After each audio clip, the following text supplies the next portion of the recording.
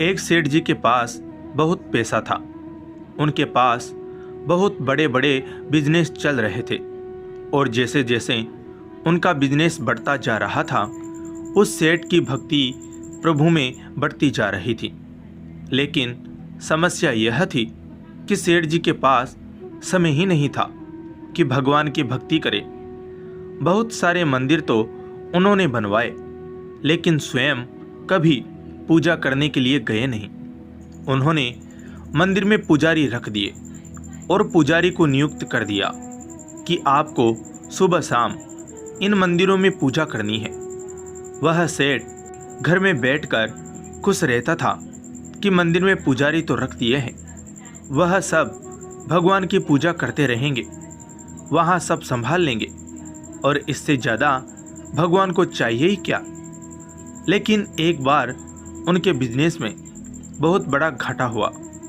वह ऐसे संकट में फंस गए कि जहाँ उन्हें 100 करोड़ रुपयों की आवश्यकता थी और जब उन्हें लगा कि मैं अब हर तरफ से गिर चुका हूँ, बर्बाद होने के कगार पर पहुँच चुका हूँ, पैसा कहीं से भी अरेंज नहीं हो पा रहा है, तो याद आया कि मैंने इतने सारे मंदिर बनवाए हैं और भगवान को प्रसन्न किया है, तो चलो चल करके उनसे मांगते हैं।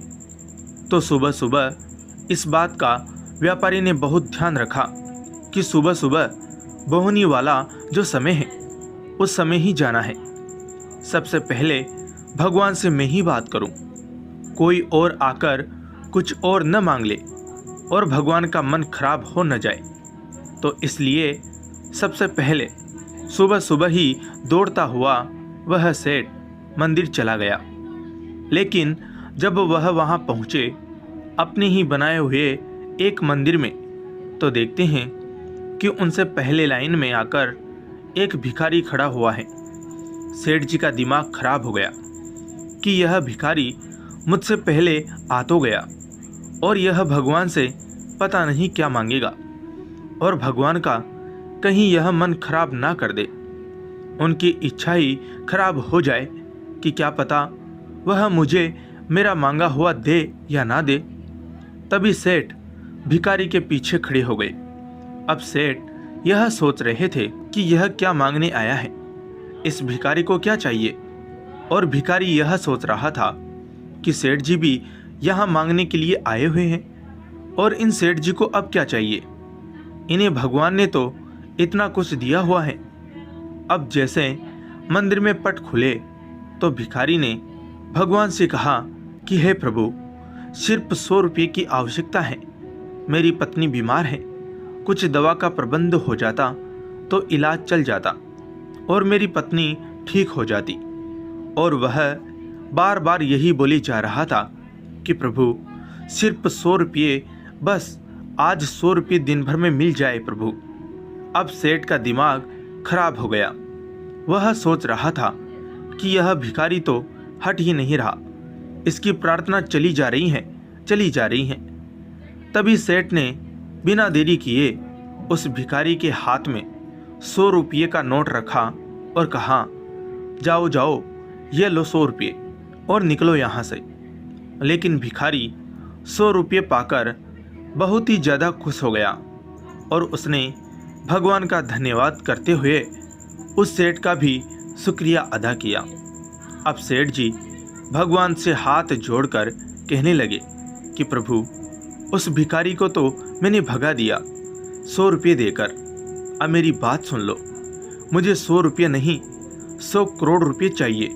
भगवान कहीं से भी इसका इंतज़ाम करवा दो प्रभु, बस मुझ पर भी कृपा बरसा दो। ऐसे ही वह मंदिर में बोले जा रहे थे बार बार। तो कमाल यह हुआ कि मूर्ति में से भगवान प्रकट हुए और कहने लगे कि तूने इस भिखारी से तो मेरा पीछा छुड़वा दिया, उसे 100 रुपये दे करके।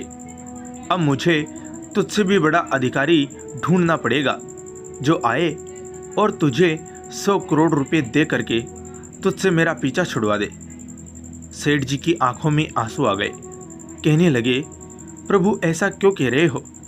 भगवान ने कहा कि बस यही तो सच है, तुमने इतने मंदिर बनवाए इतना सब कुछ करवाया, लेकिन कभी मुझसे मिलने नहीं आए। आज भी आए हो तो तब आए हो जब तुम्हें कुछ मांगना है।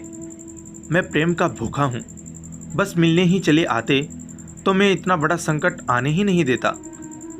बहुत छोटी सी कहानी है दोस्तों, जिसका सार यह समझाता है कि जहाँ बहुत ज़्यादा मांगा जाता है वहाँ प्यार खत्म हो जाता है, प्रेम समाप्त हो जाता है।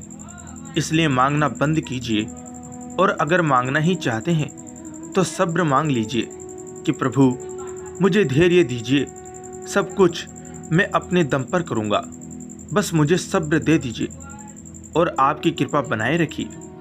और जब भी आप उनके दर पर जाए तो उनसे मिलने के लिए जाए, उनसे मांगने के लिए ना जाए। वह तो सबके लिए अच्छा ही करते हैं और अच्छा ही करते रहेंगे।